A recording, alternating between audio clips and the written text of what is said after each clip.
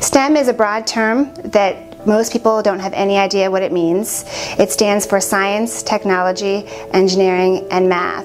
And now you're going to even hear a term called STEM-H. We include the H for the healthcare fields. And it's a broad term, but people are using it in the context of jobs. And what skills do people need to get the jobs of the future? And how our everyday lives are impacted by technology, and how folks need to have skills and a foundation in that to be successful in the workplace of the future.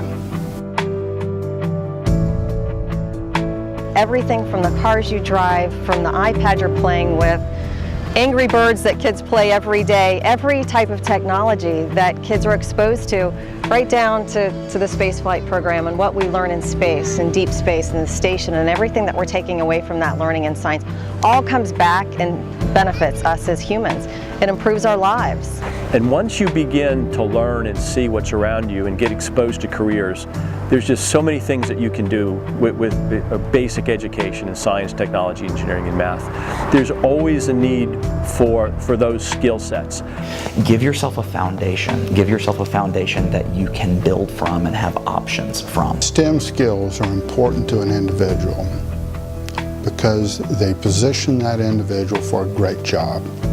Full stop. I think it's important to pursue STEM-related fields because, number one, it's the fastest growing set of jobs in our economy. Number two, it's going to be crucially important and will only continue to be more crucially important for the economic prosperity of America, for us to truly compete on the world stage. And thirdly, the jobs pay more. I mean, we're talking about, you know, entry-level engineers at DuPont with a BS degree, you know, are probably in the $60,000, $70,000 a year range, which is not a bad entry-level position after, you know, basically 4 years of college.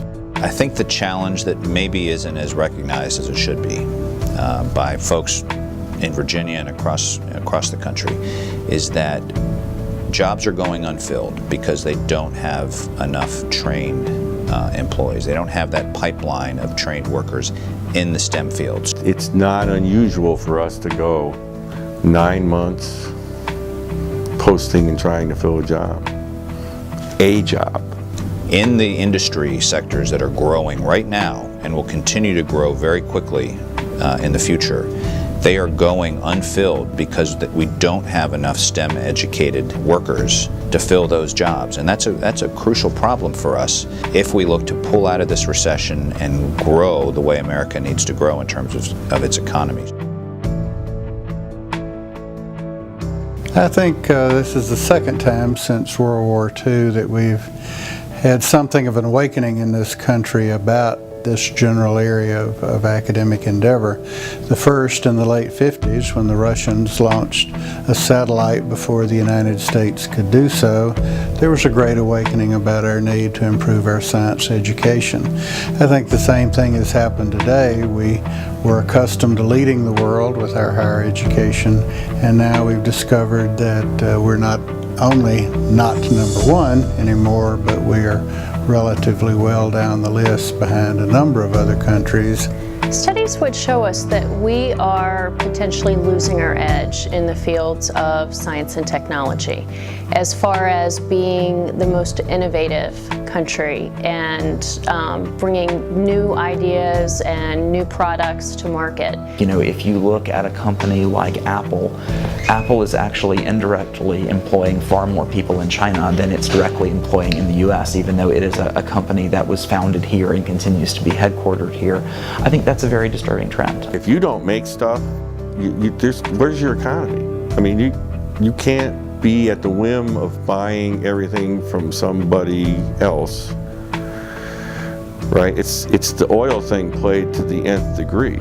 And the stakes are high because there are a lot of very, very good jobs to compete for.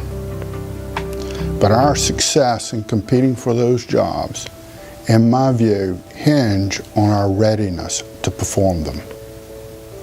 So the types of investments that we make in education and workforce development become critical to that success.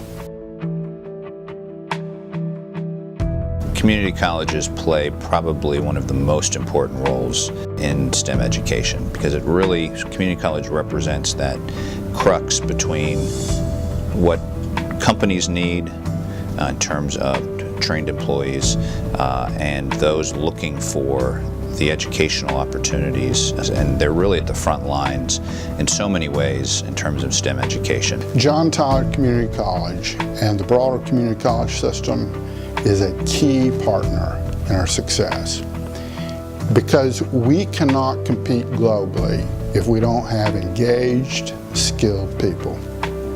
It's that simple. We can build the factories, we can buy the technology, but without the skill sets that the people bring to it, we will ultimately fail. So in short, we rely, and we are relying on John Tyler Community College to develop the workforce of the future. I think John Tyler is part of the solution because we are uniquely positioned academically to deal with this area. We not only have the traditional liberal arts disciplines that relate to mathematics and science, but we offer technological programs with a very clear linkage between the two. So we are offering students an opportunity not only to learn theory, but to learn practice as well. We had 2 students taking internship in DuPont, Dominion Power, in Altria. All these people, we talk to them all the time, trying to have our students come in as intern and work with them. Here at John Tyler, we do lots of plant visits with our students. We go to the nuclear power facility. We go to different types of manufacturing facilities. One of the things that happens, NASA works very closely with the community colleges, and they give the students chance to go to their space centers and spend time with the engineers and work with the project. Several of our students went and did those programs. Going to NASA and seeing what it's like to be an engineer and working hands-on and doing the type of things that they do, that really was like the deciding factor, driving my interests, driving it home like, hey, this is what I want to do. People see engineering as this scary, this really tough program for just a small portion of the population. Like, if you really put your mind to it and you really try hard, anyone can do it. But it's not where you start; it's where you finish. And so, if you put in the effort, you put in the hard work, and you're dedicated to get there, then you can get there. There are some strong math prerequisites which frighten away a lot of students, but at John Tyler we can take a student after their placement tests. We can take them from practically ground zero in 2 years all the way up to where they're ready for a 4-year college's STEM program. Don't bound yourself ever. Go after what it is that you really want to do in life, because those are the people that are most successful, and those are the people that are happiest, and they're the ones that are most productive. And I say just tap into that network, get that support system, and follow your dream.